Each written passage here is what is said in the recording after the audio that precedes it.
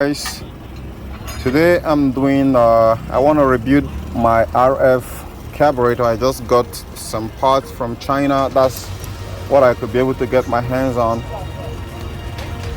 in a very short time. So here, just popping the first one out after losing it out from my motorcycle here.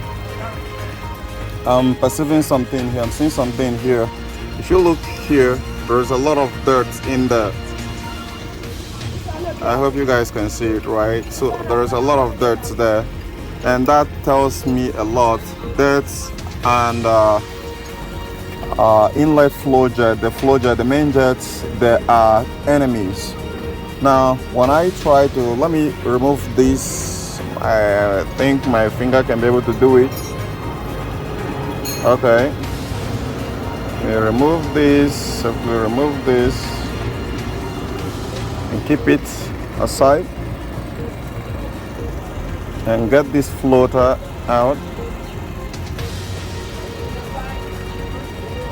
Now look at that, guys. There's a whole lot of dirt in there, so that means that this very fuel filter here is not really screening the dirt. I will have to change it when I'm done with this very review. Gonna be getting this one out. Gonna be getting this out, probably just toss it in here so I can be able to replace the other one. This one here, just a little bit of wiggle after loosening this before I can be able to get it out.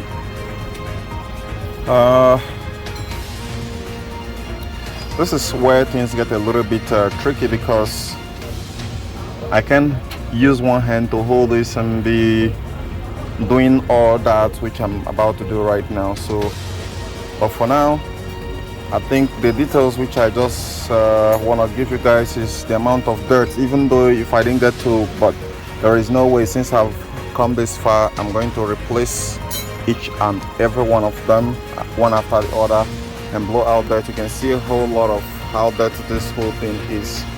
So I think it works a while now. One other thing which I discovered again is this is the choke. Can you see how stuck the choke is? It's not moving at all.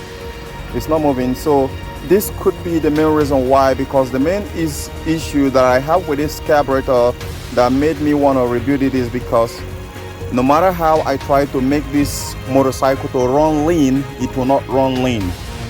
It keeps running rich no matter how I adjusted these idle control valve. So in that regard, I know something is wrong.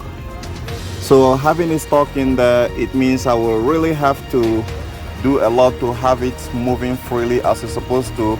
I'm piloting the fuel control, but if it is not moving, then that could be one of the main reasons why this motorbike here is really sucking on me and becoming fuel guzzler.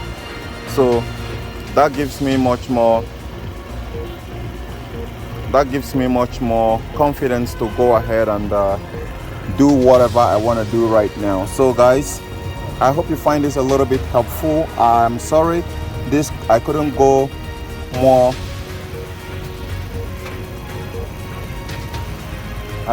more in-depth details about this, but thank you.